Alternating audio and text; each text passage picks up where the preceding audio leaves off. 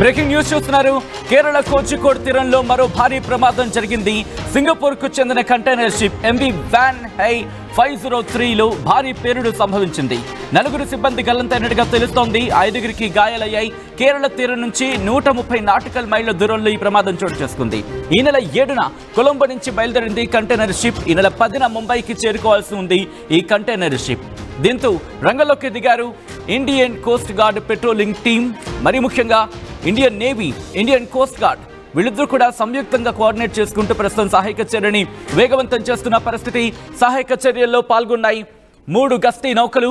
మంగళూరు నుంచి బయలుదేరింది ఐసీజీఎస్ రాజ్దూత్, కొచ్చి నుంచి బయలుదేరింది ఐసీజీఎస్ అన్వేష్, అలాగే అగట్టి ద్వీపం నుంచి బయలుదేరింది ఐసీజీఎస్ సాసెట్. 15 రోజుల వ్యవధిలో కేరళ తీరంలో 2 భారీ ప్రమాదాలు సంభవించడం ప్రస్తుతం ఆందోళనకరంగా మారింది. మే 25న కొచ్చి తీరంలో మునిగింది లైబేరియన్ షిప్. మరి ముఖ్యంగా మీరు చూడొచ్చు, ఒక్కసారి ఆ షిప్ మునిగిన తర్వాత దానికి సంబంధించి అక్కడ ప్రమాదం మీరు చూడొచ్చు. ఒక భారీ పేలుడు సంభవించింది. భారీ పేలుడు సంభవించిన నేపథ్యంలో దాంట్లోంచి మంటలు వస్తున్న విజువల్స్ మీరు చూస్తున్నారు. This is the disturbing content, viewer description is advised. ఈ కథనం మిమ్మల్ని కాస్త కలవరపరచవచ్చు. దీనికి సంబంధించి తగిన జాగ్రత్తలు తీసుకోవాలని ఆర్టీవీ సూచించడం జరుగుతోంది. మరి ముఖ్యంగా ఎంవి వాన్ హై 503 ఈ రోజు భారీ ప్రమాదానికి గురైంది. మరి ముఖ్యంగా ఈ ఘటన 10:30 ప్రాంతంలో చోటు చేసుకున్నట్టుగా తెలుస్తోంది. దాంతోపాటు 18 మంది క్రూ మెంబర్స్ ఉంటే 4 గల్లంతయ్యారు అంటూ కూడా తెలుస్తోంది. దాంతోపాటు 5గురికి తీవ్ర గాయాలయ్యాయి. సర్చ్ ఆపరేషన్స్ ఇంకా కొనసాగుతున్నాయి.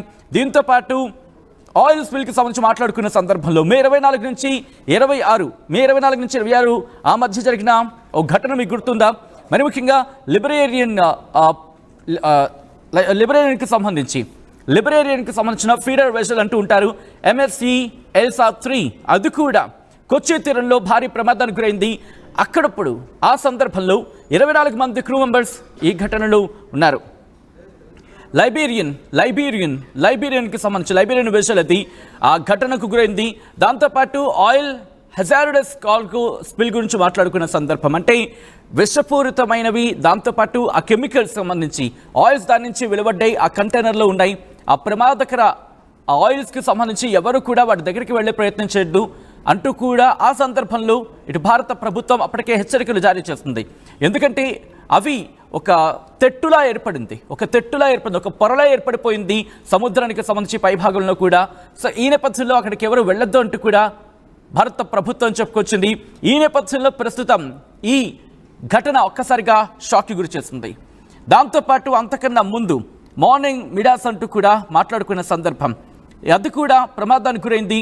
మరి ముఖ్యంగా అలాస్కాకు సంబంధించి అడాక్ ఐలాండ్కి సంబంధించి అక్కడి నుంచి సౌత్ వెస్ట్కి 300 మైళ్ళ దూరంలో ఈ ప్రమాదం చోటు చేసుకుంది. అప్పుడు కూడా 20 మందికి పైగా సిబ్బంది దాంట్లో ఉన్న పరిస్థితి ఉంది. ఇలా దాదాపుగా మార్చి నుంచి చూసుకుంటే ఇది 4వ ప్రమాదం. అసలు ఏం జరుగుతోంది? అప్పుడు కూడా అంతే. అమెరికాకు సంబంధించిన ఒక ఆయిల్ ట్యాంకర్ స్టెనా ఇమాక్యులేట్, ఇది యూకే తీరంలో ఇబ్బందికర వాతావరణం గురైంది. అది కూడా ఎంవి సులాంగ్. సో ఇలా ఒకదాని తర్వాత ఒకటి ఈ ప్రమాదాలు అందరినీ షాక్కి గురి చేస్తున్నాయి. మా ప్రతినిధి మధు అప్డేట్స్ అందించేందుకు సిద్ధంగా ఉన్నారు.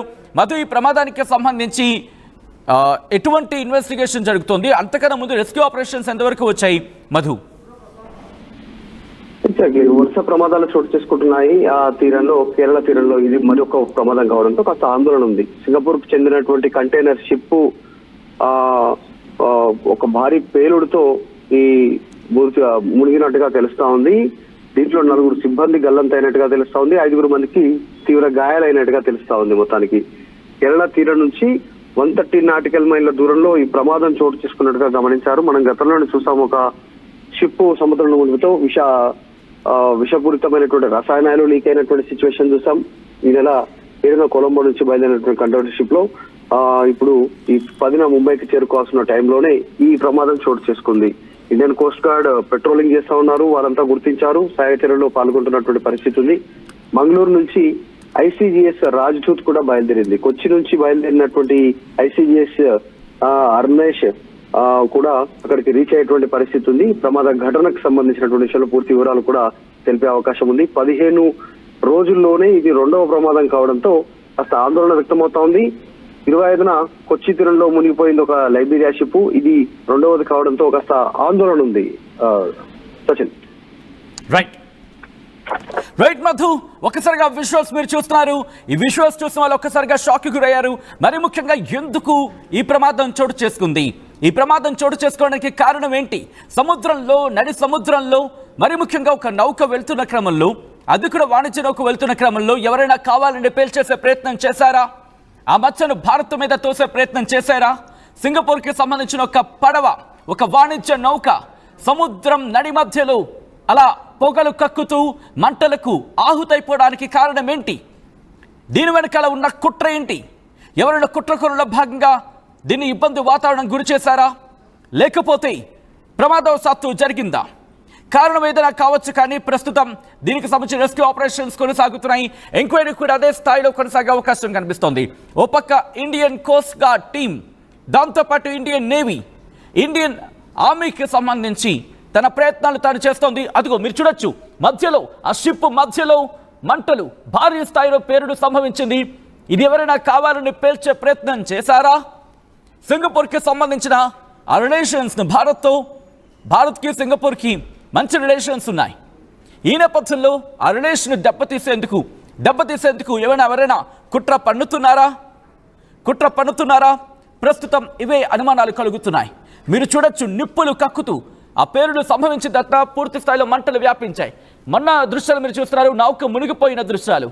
ఈరోజు దాదాపుగా 15 రోజుల వ్యవధిలోని, సుమారు 10 నుంచి 15 రోజుల వ్యవధిలో 2 ప్రమాదాలు కేరళ తీరంలో చోటు చేసుకోవడం ఆందోళన కలిగిస్తోంది. ఒకటి కాదు రెండు కాదు, ఏకంగా కొన్ని వందల కాదు వేల టన్నుల వాణిజ్య నౌకలవి. ఈ 2 ఒకదాని తర్వాత ఒకటి. జూన్ 9న జరిగింది ఇది. మే 24 నుంచి 26 ఆ మధ్యలో జరిగింది. ఆ గత నౌక రైట్ సైడ్ బాక్స్లో చూస్తున్నారు మునిగిపోయిన నౌకకు సంబంధించిన దృశ్యాలు. ఇక్కడ మీరు చూడొచ్చు, మధ్యలో ఆ నౌకకు మధ్యలో భారీ పేలుడు సంభవించిన పరిస్థితి. అసలు దాంట్లో ఉన్నదేంటి? ఎవరు టార్గెట్ చేశారు? ఎవరైనా కోరండి ఆ పడవను, ఆ నౌకను టార్గెట్ చేశారా? లేకపోతే ప్రమాదవశాత్తు జరిగిందా? మరి ముఖ్యంగా సుమారుగా 18 మంది దాంట్లో క్రూ మెంబర్స్ ఉన్నట్టుగా తెలుస్తోంది. దీనికి కారణం ఏంటి? ఎందుకంటే గతంలో లైబేరియాకు సంబంధించిన భారీ నౌక మునిగిపోయిన సందర్భంలో దాంట్లో డీజిల్ ఉంది, ఫర్నెస్ ఆయిల్ ఉంది, ప్రమాదకర రసాయనాలు ఉన్నాయి అనే పెద్ద చర్చ జరిగింది. ఆ నౌక మునిగిపోయిన పరిస్థితి, కేరళ కొచ్చి సమీపంలో ఆ నౌక మునిగిపోయింది. తీర ప్రాంతాలకు హెచ్చరికలు జారీ చేశారు ఆ సందర్భంలో.